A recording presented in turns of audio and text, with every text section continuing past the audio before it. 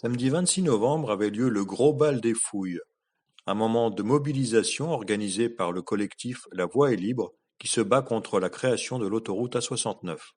L'A69, c'est cette autoroute qui relierait Castres à Toulouse. Un projet validé par bon nombre d'élus qui voient en lui un moyen de développer le territoire tarnais. Mais pour le collectif La Voie est libre, il fait partie de ces projets inutiles et propose à la place un réaménagement de la RN 126 existante. Deux camps qui s'opposent donc, et j'ai voulu comprendre pourquoi ce projet n'était pas souhaitable. Il y a tout d'abord les terres impactées. Ce seraient 474 hectares de terres agricoles et d'espaces naturels artificialisés. Le promoteur annonce qu'il replantera le double d'arbres arrachés, mais la faune, elle, qui habite les forêts, disparaîtra tout simplement. Quand on sait que 200 espèces disparaissent par jour dans le monde, il est peut-être temps d'arrêter de faire comme si de rien n'était. Il y a ensuite le problème de déclassement de la RN 126 qui redeviendrait une départementale. Les contournements actuels des villages seraient récupérés par l'autoroute et feraient repasser la 126 dans les villages de Soile et Puylaurens. Il y a ensuite la question du prix. On parle de 15 à 20 euros l'aller-retour, soit l'un des péages les plus chers de France. Quand on sait que l'axe Albi-Toulouse ne coûte que 1,60 € l'aller, il y a là une grosse disparité territoriale.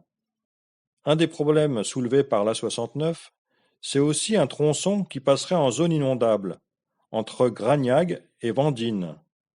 Ce sont autant de remblais qu'il faudra mettre en place qui seront autant de barrières à l'écoulement naturel de l'eau.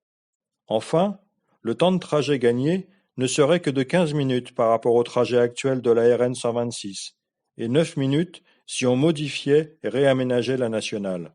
Au regard de tous ces éléments, il me semble clair qu'il faut stopper le projet. On parle beaucoup d'écologie et d'urgence climatique, et il y a là tous les ingrédients qui vont dans le mauvais sens. Le collectif La Voie est libre préconise un réaménagement de la RN 126.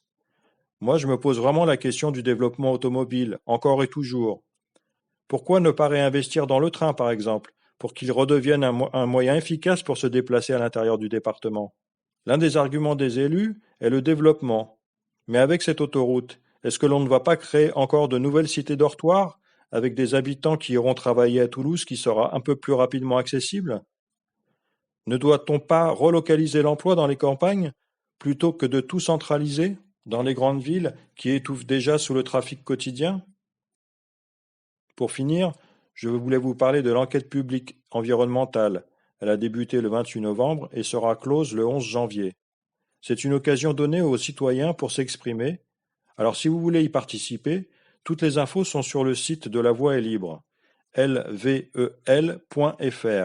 Une mobilisation qui semble importante puisque si elle est validée, l'enquête publique environnementale donnera son feu vert et les travaux commenceront dans quelques mois. À vous de voir, à bientôt.